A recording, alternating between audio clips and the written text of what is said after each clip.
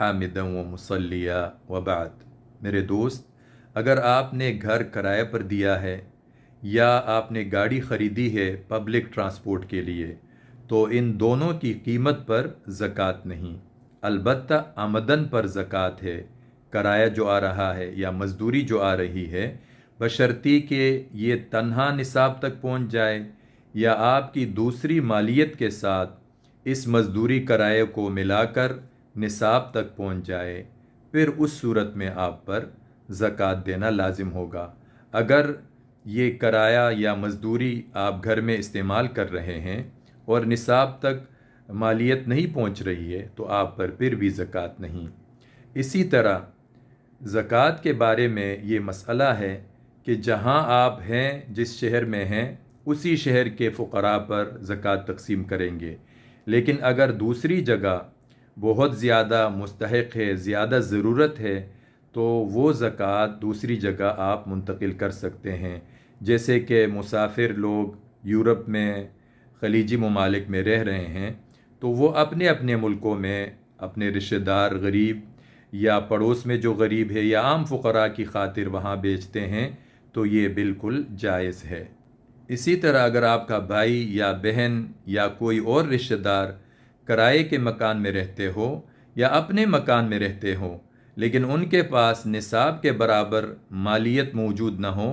تو ان کو زکوٰۃ یا فطرہ دینے میں ڈبل اجر ہے، اور زکوٰۃ دیتے وقت ان کو بتانا اس لیے ضروری نہیں کہ اس سے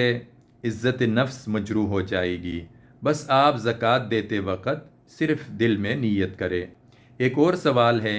کہ سید یا عباسی کو زکوٰۃ دینا کیسا ہے؟ تو یاد رکھیں، بعض فقہا کے نزدیک چونکہ اس زمانے میں خمس موجود نہیں جو سید حضرات کو خمس سے حصہ دیا جاتا تھا، لہٰذا اس زمانے میں زکوٰۃ فطرہ فقیر سید کو دینا، یا بنی ہاشم میں کوئی بھی ہو، عباسی ہو یا دیگر، ان کو زکوٰۃ فطرہ دینا جائز ہے۔ لیکن جمہور فقہا کے نزدیک آج بھی فقیر سید ہو یا عباسی ہو، بنی ہاشم میں کوئی بھی ہو، ان کو آج بھی زکوٰۃ فطرہ دینا حرام ہے، کیونکہ رسول اللہ صلی اللہ علیہ وسلم کا فرمان ہے، بے شک یہ زکوٰۃ لوگوں کے میل کچیل ہے، لہٰذا یہ محمد اور آل محمد علیہ السلام پر حرام ہے۔ علماء لکھتے ہیں کہ سید جو ہے یا بنی ہاشم میں کوئی بھی ہے، ان کا جو ہے دیگر طریقے سے آپ اکرام کریں۔ چنانچہ بخاری میں ابوبکر صدیق رضی اللہ تعالیٰ عنہ کا قول ہے کہ اہل بیت کرام کا عزت و خیال کر کے نبی کریم علیہ الصلاۃ والسلام کے حق کی حفاظت کرو، لہٰذا ان کا دوسرے طریقے سے